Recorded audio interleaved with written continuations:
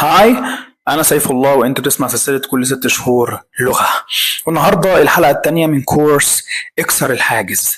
لو أنت مش فاهم احنا بنتكلم عن إيه بالظبط في الكورس شوف أول حلقة من الكورس عشان تفهم القواعد وتفهم محتوى الكورس كويس.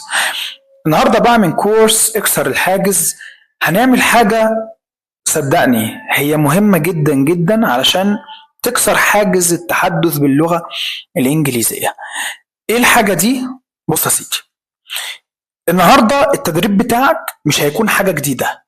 التدريب بتاعك عشان تكسر الحاجز هيكون عبارة عن استغلال كل اللي احنا ذكرناه على مدار 18 او 16 حلقة مليانين معلومات، في حتة ان انا ازاي همرن لساني ان هو ينطلق باللغة الانجليزية. طيب هنعمل الحركة دي ازاي؟ ركز معايا عشان توصل لأقصى استفادة من حلقة النهاردة. بص يا سيدي، مثلا احنا خدنا شوية كلمات وشوية جمل، شوية أمثال، قرأنا أكتر من مرة، كتبنا واتملينا مع بعض، عملنا مهارات كتير قوي.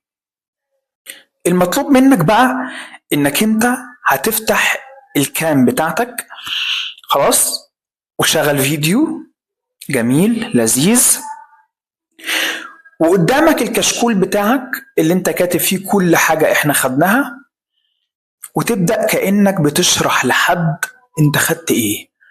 بس خد بالك، انت هتشرح له انت خدت ايه من غير ما تنطق ولا كلمة عربي. Hello, today I will. Listen to me. I have something to tell you. ابدأ الحوار بتاعك، وبعد كده بقى هتتكلم عن كلمة. ابدأ ان انت قول الكلمة بتاعتك وحاول تشرحها بالانجليش. انا عارف ان الموضوع هيبان معاك ان هو صعب. طب ايه رأيك تسمع كلامي؟ مجرد بس انك انت تسمع كلامي، مش اكتر من كده. مجرد انك انت هتفتح الكاميرا وتبدأ انك انت اتكلم. خلاص، احنا خدنا كلمات كتير وجمل كتير، قول الجمل اللي احنا خدناها وابدأ اشرح. قول لهم الجملة دي ممكن نقولها كذا، ممكن نعملها كذا، انت فاهمني؟ understood كده. انت هتبدأ انك انت كل حاجة خدتها كأنك بتوصلها لحد غيرك. هي بتبان لك دلوقتي ان هي صعبة، لكن اول لما تفتح الكاميرا ويمر دقيقة او دقيقتين هتحس بالمتعة. انا عارف انا بقول لك ايه، صدقني انا عارف انا بقول لك ايه. عشان كده اسمع الكلام، جرب. خسران حاجة؟ مش خسران حاجة.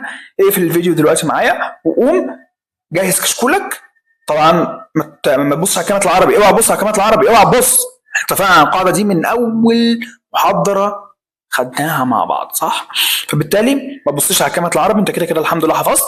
ابدأ بقى اشرح لحد كأنك انت بتدي كورس اونلاين مثلا مع اي حد على الزوم ولا كده، فانت بتشرح له انت بتاخد ايه. فهتبدأ بقى تتكلم، ودايما انسى ان في عربي في دماغك. حاول توصل له المعلومة باستخدام المفردات القليلة اللي انت تعرفها في حياتك قدر الامكان. ده على فكرة هيخلي نشاط عقلك باللغة الانجليزية يزيد، فهيخليك يبقى عندك ثقة أكبر في إنك أنت تعبر. ودي حاجة أنا ما فهمتهاش إلا مؤخرا بعد ما عديت شوط كبير في اللغة وفهمت كل القواعد تقريبا. فالحق بقى أنت نفسك من دلوقتي، اسمع كلامي وقول بسم الله، توكل على الله، وأشوفك أنا إن شاء الله الحلقة الجاية. السلام عليكم.